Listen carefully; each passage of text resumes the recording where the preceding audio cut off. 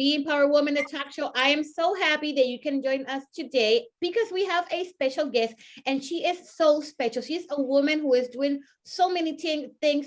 She's working with the PTSD. She's working with trauma transformation. She is an author and also a speaker. Welcome, Krista. How are you?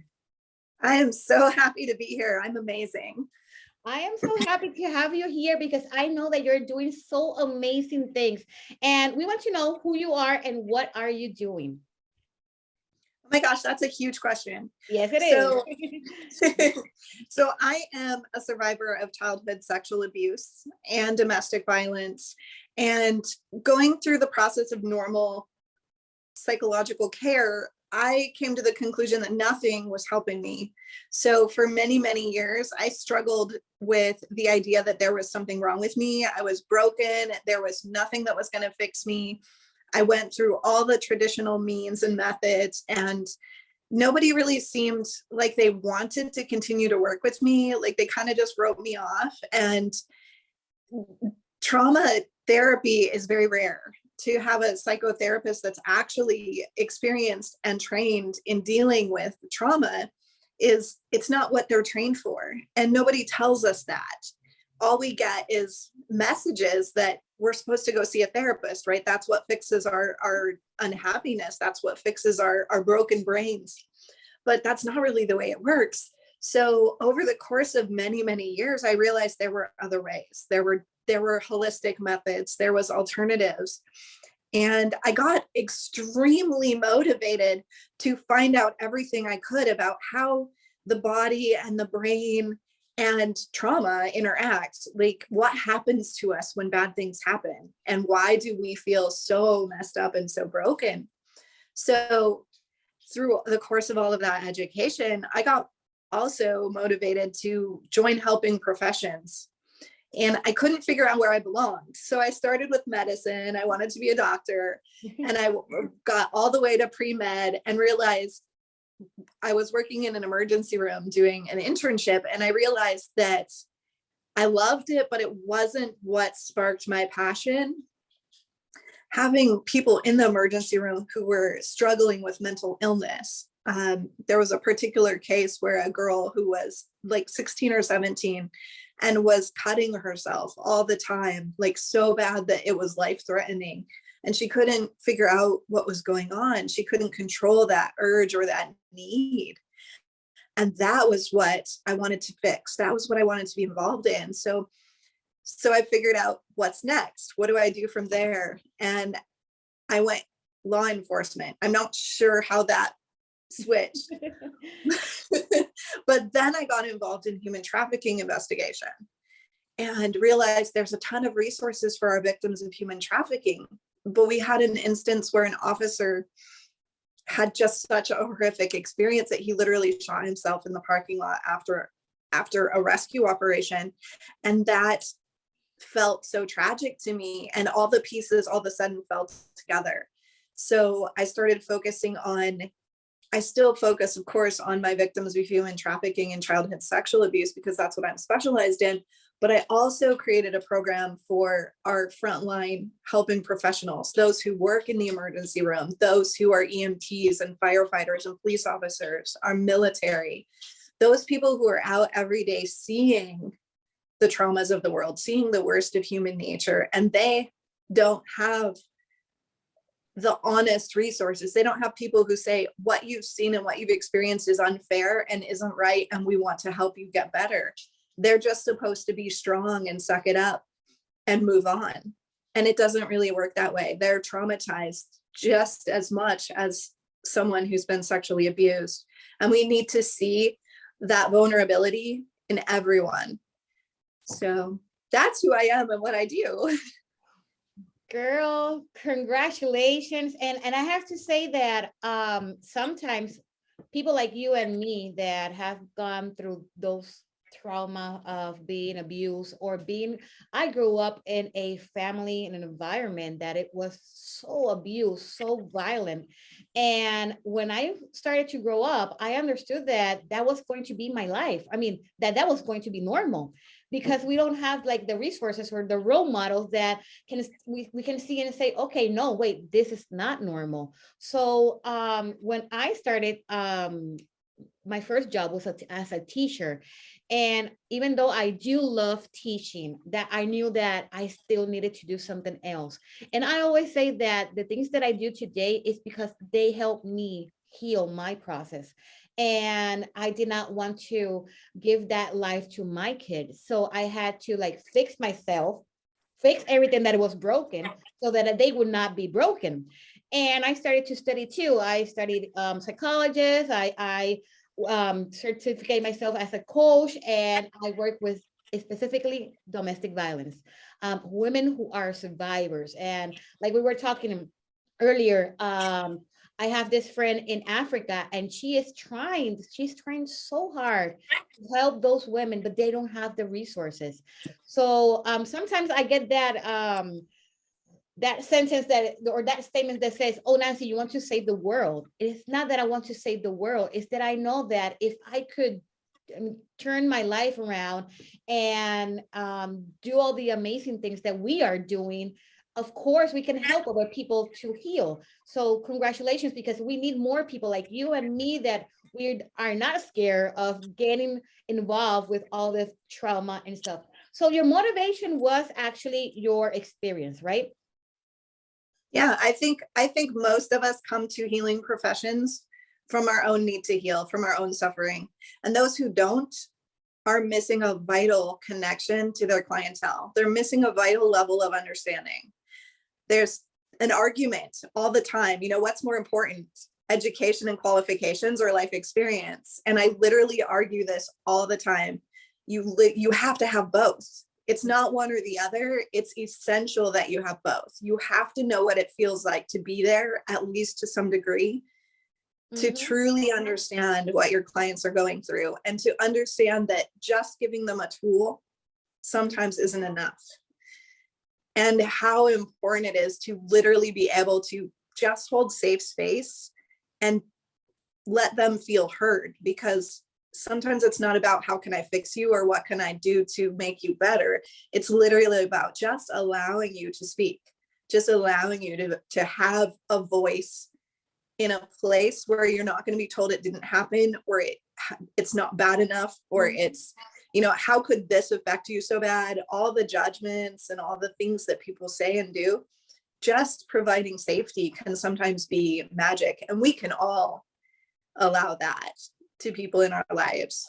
Yes, that safe place is so important, because people, like you said, they need to talk and they need to be heard. And that's sometimes the problem, when a person who maybe have the degrees, but they don't have the experience, they want to give you all of these tools, all of these things. But since they did not go through that experience, sometimes they lose that sensitivity that they should have with person who are going through the trauma. So let's talk a little bit about PTSD and the trauma transformation. That's your thing. So how do you work with people who are looking for this kind of help? And the other thing is that people sometimes are scared to look forward and to look for help, because they think that they're going to be judged and not help. Right. Oh, absolutely. The stigma is a huge big deal.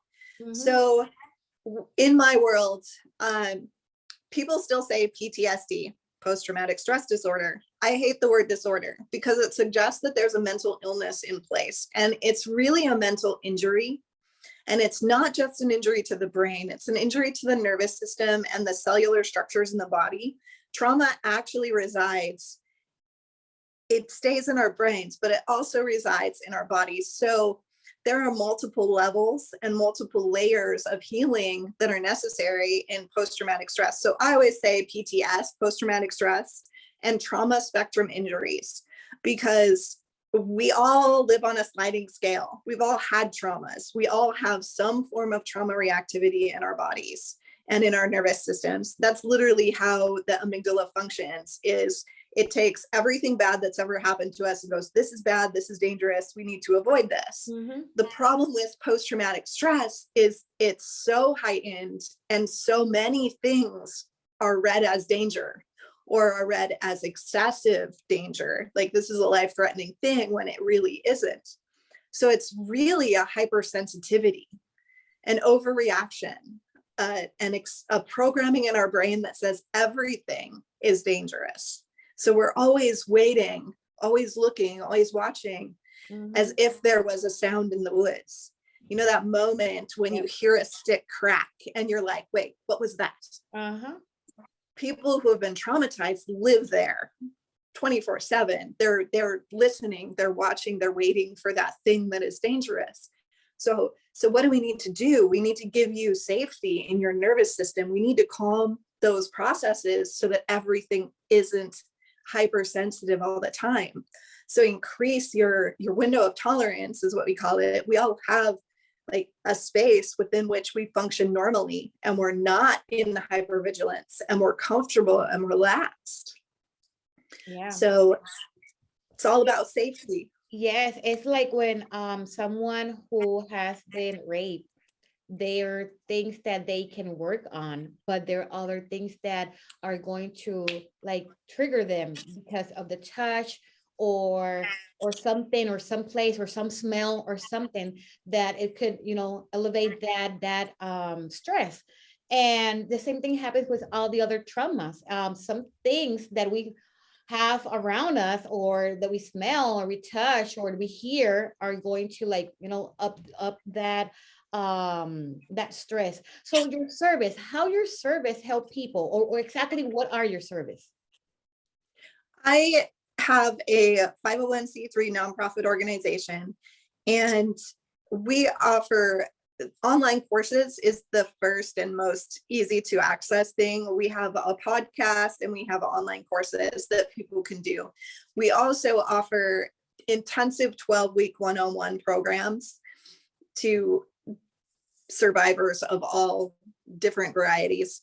And we do that in a way that is sliding scale. We raise funds for scholarships so that people who are struggling and don't have the financial means can have access to these resources. We live by the motto, no one left behind. And trauma is a journey no one should walk alone. So we do everything that we can to make sure that it's affordable for the people that need access to it. So currently I do have 4 openings for people in our next session. So anyone who's looking for something different, that's looking for hope, healing, and happiness, those opportunities are available. And we don't just use cognitive behavioral therapy, which is probably what many of you are used to. It's a holistic method that approaches everything from the top down and the bottom up at the same time. And every single person's journey, every single person's healing process is different. I have almost 50 different certifications in different healing modalities, and I don't think I've ever used the same set of tools on any one individual, because everyone's literally so unique. Yes, yes, completely true. The other question that I had is, you and me, we have nonprofit. So are you like doing some kind of fundraising? Is there some way that the audience can help you to, I mean, raise money? Because I know that, like me, if someone comes to me that does not have the money but still needs the service, I'm not going to say, I'm sorry, no money, no service. I mean, I still give out the service, but of course, so that our nonprofit can survive and keep on giving out that service, we need sometimes help. So is there some kind of fundraising or some way that people can actually help you? Of course, our website, battle2be.org, and it's BATTLE, the number 2 and BE.org, has a number of different ways that you can donate. We literally have just a donate now, help us button, but we also have a program where we do plaques for families of the fallen. And that one you can specifically choose someone that you'd like to send a plaque to. And in that program, there's $10 remaining from every donation that goes to tuition funding for people who are needing PTSD services as well. So lots of different options. We do a fundraising gala every October, which is another way that you can help us. And we also are looking for corporate sponsorships because we have a parade vehicle We have a 2020 Jeep Gladiator that we drive around that has all of our amazing, the names of our fallen on it. And then it has, it's our memorial Jeep, and it has like the sponsors logos go on our Jeep, which means that they're seen everywhere we go, along with the idea that they support, it literally says, healing the invisible wounds, no one left behind. It shows all of our military, police, and firefighter insignia. So it shows that you back your community and those people who are helping professionals in our community. So that's an option as well. Oh my God, that's so beautiful. I am in love with your program, to be very honest. It's so beautiful and so giving out. So congratulations. Your book, we were talking about something, a book, right? You have a book. I do. Okay. I love the globalization that's happening since COVID. We've all realized that we're all just sisters and brothers in this entire, like the entirety of the world. So I ended up getting involved in a project with a UK woman who inspired Global Healing Right Now, WRITE. And that is an organization that is helping victims of childhood abuse, all different kinds of childhood abuse, come forward and tell their stories and get published. So she's providing writing assistance. So if they need a VA to help them get the words out and editing and whatever it is that they need help with, and then we put out these amazing publications, compilations with multiple people's stories. So the last one that just came out 3 weeks ago is called Out of the Silence, and it is now available on Amazon. So the publisher is Global Healing Right Now, and the book is Out of the Silence. And it is 7 victims of childhood abuse, completely differing stories. They all have a very different kind of experience, and they're positive stories too, because they go into what steps are you taking to heal? What has your journey been to find happiness after all of this has happened? So yes, they're graphic, detailed stories of the horrendous things that have happened to people. Survivors need to be able to tell that story and to be heard, but they're also stories of hope and healing and happiness, and recognizing that no matter how horrible what we've been through is, we can still transcend that and become extraordinarily complete, whole, healed human beings. And that's not an impossibility. And we're not broken. We're just different. Yes. We are not broken. I know there are a lot of links and that Krista had mentioned, but in the description of this video, and of course the channel on demand, we are going to have all of them. Last advice that you would like to share with us? No matter what you've been through, your trauma is worthy of healing. The thing I hear the most that makes me the saddest is there are people who have it worse than me. What I've been through isn't that big of a deal. I'm fine. I'm fine. If you're saying I'm fine, you're not fine. So just honor yourself, value yourself, and love yourself enough to recognize that healing is possible. It can happen for you. And if you're not getting up excited every single day to live the life that you have in front of you, you can change that. Love it. Where can people contact you? The easiest, I'm everywhere, Facebook, Instagram. Probably the easiest is to just go to battle2be.org and hit the message button. It comes right to me. Or I do have a for-profit business that has coaching opportunities for just about everyone. And that is riseupphoenix.org, and also has a message button that comes right to me. Okay, perfect. Krista, thank you so much for what you're doing and for your time here with us today. You are very welcome. Thank you so much. And all of you, I hope you can join us next Thursday at 11 p.m. here in Being Power Woman, the talk show. Hi, I'm your host, Nancy Rivera from the program Being Power Woman, the talk show. Thank you for all the support that we have been receiving through our program. And thank you for supporting our special guests. If this is the first time that you have been watching our TV show, I invite you to go to the on-demand service so that you can see our older episode and see that we have different topics from business, empowerment, grieving, parenthood, and much more. As you may know, our corporation is a nonprofit. That means that more than 80% of our services are for free. We are trying to help our community, survivors, our women's, kids, schools, and much more. It doesn't matter how much you can donate. The thing is that we're going to be grateful and we're going to be helping another life. So thank you for your support. And remember to join us every Thursday at 11 p.m. Eastern Time in our program, Being Power Woman, the talk show.